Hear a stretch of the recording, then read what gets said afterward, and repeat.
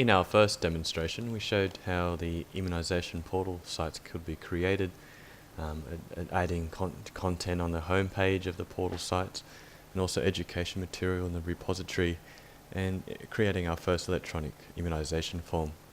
In this demonstration, we'll show you what the forms and the actual home immunisation portal sites look like to the internet user, and we'll also show you a demonstration on a mobile enabled internet device. So as we recall, we created it under the immunisation forms category.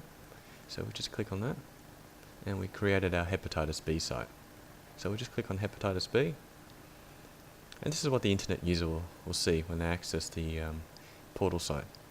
We have the contents and the education material which we created, and also the PDF docs which will open up straight away.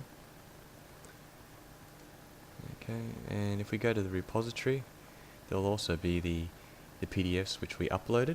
Now we can actually provide additional education materials such as PowerPoints, Word docs, any other information which we want to upload. We can actually put into the repository, and the parents and teachers can actually download this whole directory into one zip file. So let's just go back, and we'll see our forms. Okay, so we created our electronic hepatitis B vaccination consent form, and that's available. So if we actually scroll down, we should be able to see all the fields which should we be ready to complete.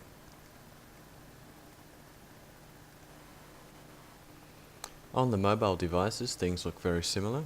So if we just go to our Internet Explorer, we'll load up our Immunisation Records website. Once again, we'll also go down to Forms. Okay, and we'll go to hepatitis B,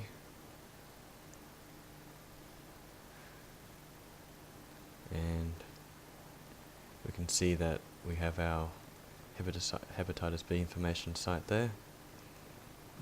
We can also go and access the repository information and documents which are stored there.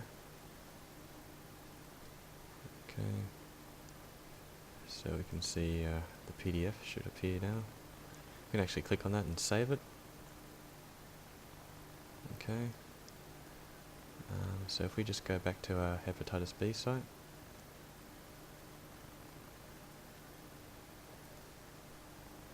and now we'll just click on the forms. For demonstration purposes, we'll actually try to complete one of the forms now. We'll click on the hepatitis B vaccination consent form, and we should be able to see the fields in a moment for the consent, parent, guardian information. So what we'll do is we'll just enter in the sample child's surname goes here, and we'll call that for testing, so we can actually see the results later on. Windows Mobile. And the given name, sample given name, I just can't think of a name at the moment. And I'll provide a date of birth, 10th 01 89, New South Wales High School. Provide a grade at 7. We'll just provide the parent contact details and consent. The address, 10 Sydney Street, Sydney, 2000. We'll provide a home telephone number, 258. Work number 02907261. Mobile number of 123.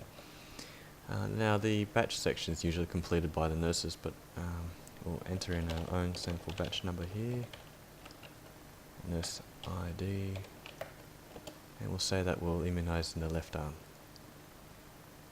We'll then click on submit all questions and finish.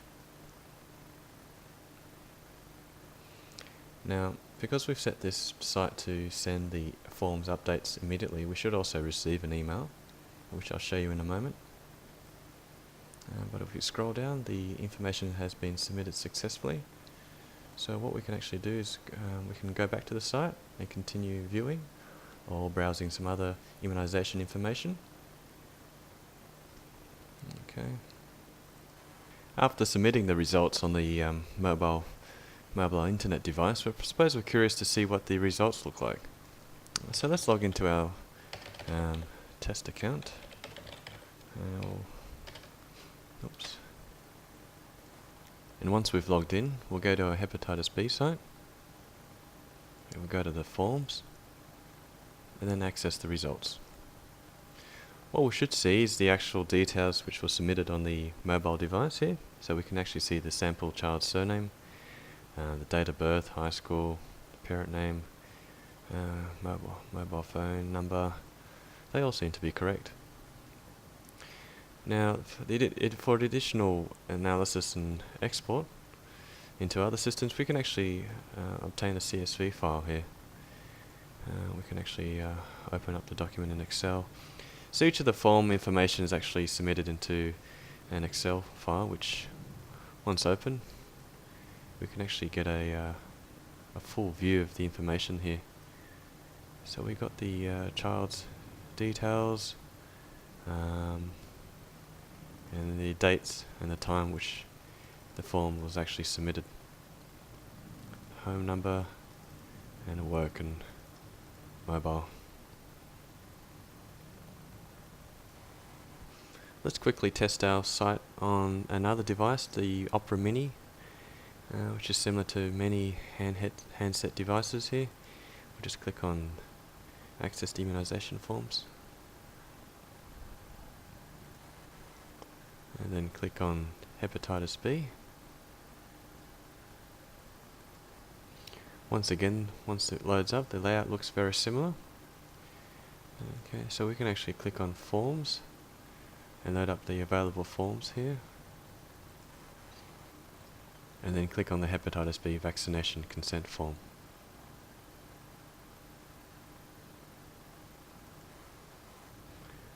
Once the form is loaded up, we can actually see all the details of the parent consent information here, the guardian, and then we can actually start entering details of the child's surname and given name. So let's do that. So demonstration purposes, we'll actually call this sample surname Opera Mini. Okay, we can actually use the keyboard, but we're opting to use the another means here. Given name, sample given name.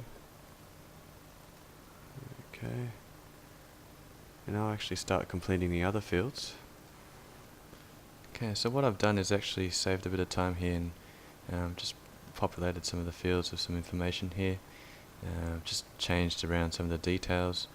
But what I've done here is actually kept the nurse ID name and the suburb details the same, and the postcode and the grade and the name of the high school the same, just so I can actually show you some of the quick and easy statistics which we can obtain from the system. So I'll just submit all questions and finish.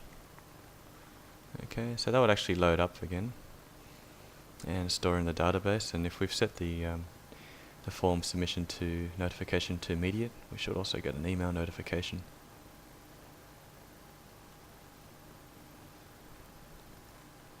Once again, we'll go to our Hepatitis B portal site just to make sure that our form did get submitted.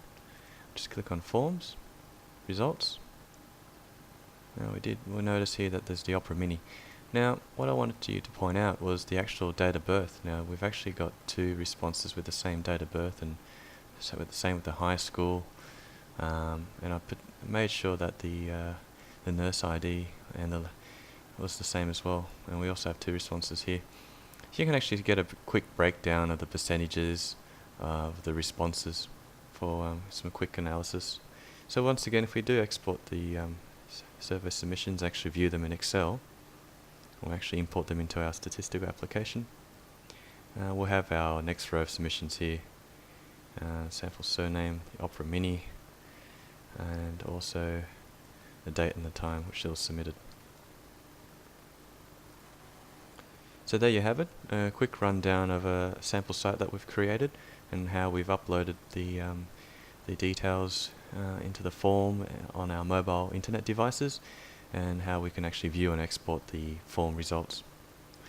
In our next demonstration, I'll actually show you how to export and import some of the content into our own sites. For example, the New South Wales schools, if we're a teacher, or the intensive English centres, in case we wanted to create some particular customised education material, in particular like different forms for languages and information material there.